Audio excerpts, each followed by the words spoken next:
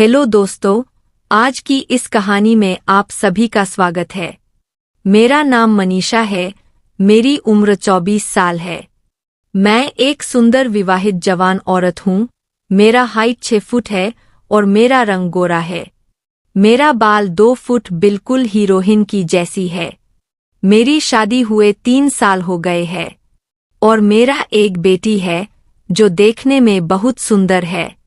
जब वह 6 माह का था तब मेरे पति का नौकरी विदेश में हो गया था। क्योंकि उनका सफर बहुत लंबा था, इसलिए वह परिवार को अपने साथ नहीं ले जाता था। उन्हें हर 1 साल के बाद 2 माह के लिए भारत आने की इजाजत थी और पिछले 1 साल से ज्यादा वहीं पर गांव में अकेले ही रहते थे। पिताजी आर्मी में रह चुके थे और रिटायर्ड होने के बावजूद वह बहुत फुर्तीले थे। आर्मी के तौर तरीके और तहजीब वह अभी तक नहीं भूले थे। गांव में रहने और खेतीबाड़ी करते तथा गांव के शुद्ध वातावरण के कारण उनका शरीर बहुत ही गठीला था और इस आयु में भी वह एकदम 35 साल के जवान लगते थे। पहले जब भी वह सासू माँ के साथ हमारे घर आकर रहते थे तो मेरे पड़ोस ने उन्हें मेरे पति के बड़े भाई ही समझती थी। पति के जाने के बाद पिछले 5 माह से वह हमारे साथ ही रह रहे थे। पढ़े लिखे होने के कारण उनका उठना, बैठना और पहनावा भी शहरवासियों जैसा है।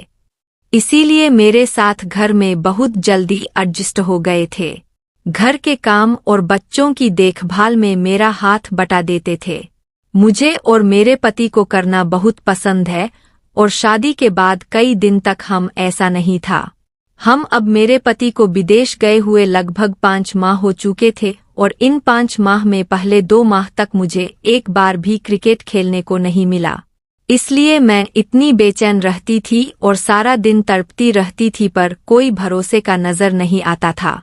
लेकिन 3 महीने मुझे अचानक ही एक ऐसा अवसर मिला जिससे मुझे मेरी जिंदगी में बहुत बड़ी खुशी मिली और वह भी मेरी अभी तक जारी है। यह उस दिन की बात है जब मैं घर की सफाई का काम करती हुई पिताजी के कमरे में गई तो मैंने पाया कि वे कमरे में नहीं थे। मुझे समझ में नहीं आया कि वे कहाँ गए होंगे, इसलिए मैं इधर उधर देखने लगी और तभी मुझे उनके बाथरूम की लाइट जलती हुई नजर आई। मैं जिज्ञासावश उठी और जल्द देखने चली गई। वहां मैंने देखा कि बाथरूम का दरवाजा थोड़ा सा खुला हुआ है और अंदर से कुछ अजीब सी आवाजें आ रही है। सुनकर घबरा गई और सोचा कि शायद पिताजी की तबीयत ठीक नहीं है या वह किसी तकलीफ में है। मैं घबराहट से जल्दी से बाथरूम का दरवाजा खोलकर अंदर झांकने लगी। अंदर का नजारा देखकर मेरे होश उड़ गए। पिताजी अपने महाराज की बड़ी तसल्ली से मालिश कर रहे थे। इससे पहले मैं अपने आप को संभालती तभी मैंने देखा कि पिताजी जोर जोर से सांस ले रहे थे। यह सब देखकर मेरी नज़र में जोर से एक लंबी सांस निकाली, जिससे सुनकर पिताजी ने पलट कर देखा और मुझे देखते ही गुस्से से बोले, तुम यहाँ पर क्या कर रही है? उनके गुस्से से भरी आवाज सुनकर मैं डर गई और बिना आवाज दिए वहां से भाग गई। इस घटना के 1 घंटे बाद मैं तो उनके सामने भी नहीं गई, लेकिन दोपहर का खाना बनाने के समय बेटी तंग कर रहा था तो मुझे मजबूर होकर उसे उनके दोनों के लिए जाना पड़ा। तब बिल्कुल भी पिता सामान्य तरीके से पेश आए। इससे मेरी जान में जान आई और मैं भी उनके सामने आने जाने लगी तथा सामान्य तरीके से व्यवहार करने लगी। लेकिन उस घटना के बाद अगले दिन भी उस नज़ारे के बारे में सोचती रही। अगले दिन रात को सोने के समय मेरा बेटी बहुत रोने लगा। जब वह चुप नहीं हुआ तो मैं उसे पिताजी के कमरे में ले गई और उन्हें देखकर उनसे चुप करवाने का आग्रह किया। पिताजी ने गोद में लिया और मुझे तेल लाने को कहा। मैंने उन्हें तेल लाकर दिया तो उन्हें मेरे बेटी के पेट पर तेल मलना शुरू कर दिया। कुछ ही देर में बेटी चुप होकर उनकी गोदी में सो गया। पोती को दादा के पास छोड़कर मैं अपने कपड़े बदलने चली गई। तभी मेरे दिमाग में योजना आई कि अगर मैं पिताजी को अपनी झलक दिखला दूं तो शायद कुछ बात बन जाए। अपने सारे कपड़े चेंज करके अपने पीला रंग का नाइट सूट गाउन पहना। फिर बेटी को पिताजी के कमरे में लेने के लिए गई। पिताजी ने मुझे उन कपड़ों में देखा और एक टकटक देख ही रहे थे। उनकी आंखों की चमक बता रही थी कि वह मेरे बिछाए हुए जाल में फंस जाएंगे। मुझे सिर्फ कुछ इंतजार करना पड़ेगा। जब मैंने पिताजी से बेटे को लेने के लिए हाथ बढ़ाया तो वह उन्हें देखते ही एकदम स्थिर हो गए। मैंने कहा, पिताजी यह हो गया है, लाई मैं इसको बिस्तर पर सुला दूं। तब हड़बड़ाकर उन्होंने कहा, यह अभी अभी सोया है, कच्ची नींद में है, इसीलिए इसे अभी यही रहने दूं। मैं हाँ करती हुई अपने कमरे में चली गई। मुझे नींद नहीं आ रही थी, इसलिए मैं बहुत देर तक ऐसे ही करवटें बदलती रही।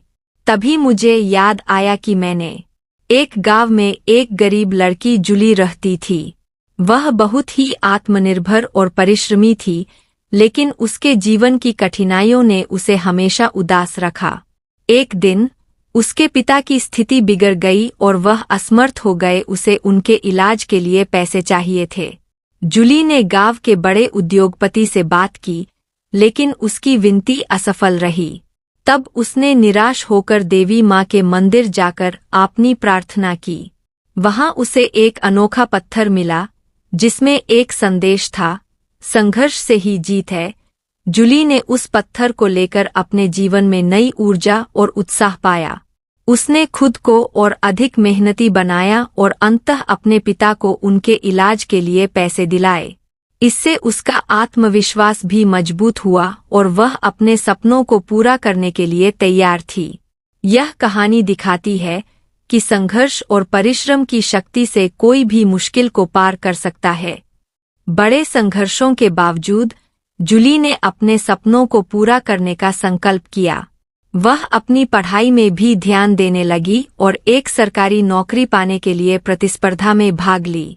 उसकी लगन और मेहनत ने उसे सफलता की नई ऊंचाइयों तक पहुंचा दिया। एक दिन जूली को अपने पिता की सेहत में सुधार आया और वह फिर से स्वस्थ हो गए। उसकी उदारता और मेहनत ने न सिर्फ उसके जीवन को समृद्धि से भर दिया, बल्कि उसने अपने परिवार को भी खुशियों से भर दिया। इस कहानी से हमें यह सीखने को मिलता है कि जीवन में चुनौतियों का सामना करना और संघर्ष करना हमें मजबूत और सहायक बनाता है। अपने सपनों की प्राप्ति के लिए हमें हमेशा परिश्रम और निष्ठा से काम करना चाहिए। जूली की यह कहानी हमें यह सिखाती है कि किसी भी सपने को पूरा करने के लिए हमें हार नहीं माननी चाहिए और संघर्ष को हर हाल में जारी रखना चाहिए। जूली की कहानी ने दिखाया कि जीवन में संघर्ष और समर्पण से ही सफलता मिलती है। उसने अपने जीवन के हर परिस्थिति में हार नहीं मानी और परिश्रम से अपने माता पिता के सपनों को पूरा किया। जूली की इस कहानी से हमें यह सीखने को मिलता है कि आत्मविश्वास, संघर्ष और मेहनत ही सफलता की कुंजी है। इसे ध्यान में रखते हुए हमें हमेशा अपने लक्ष्यों की ओर प्रगति करना चाहिए, चाहे रास्ता कितना भी कठिन क्यों ना हो। जूली की यह कहानी हमें एक प्रेरणादायक संदेश देती है कि हार जीत, दुख सुख सभी को स्वीकार करके आगे बढ़ना हमारे हाथ में होता है। आत्मसंवेदना और प्रेरणा को मजबूत बनाकर हम सभी अपने जीवन के महत्वपूर्ण लक्ष्यों को हासिल कर सकते हैं। जूली की कहानी हमें यह भी याद दिलाती है कि असफलता और पराजय जीवन का हिस्सा है। उसने कभी भी निराश नहीं हुआ और हमेशा आगे बढ़ने का संकल्प किया। उसने अपने विफलताओं से सीखा और उन्हें अपने फायदे में बदलने का साहस दिखाया। राधा की यह कहानी हमें यह सिखाती है कि जीवन में हर कठिनाई को आगे बढ़ने का एक मौका मानना चाहिए।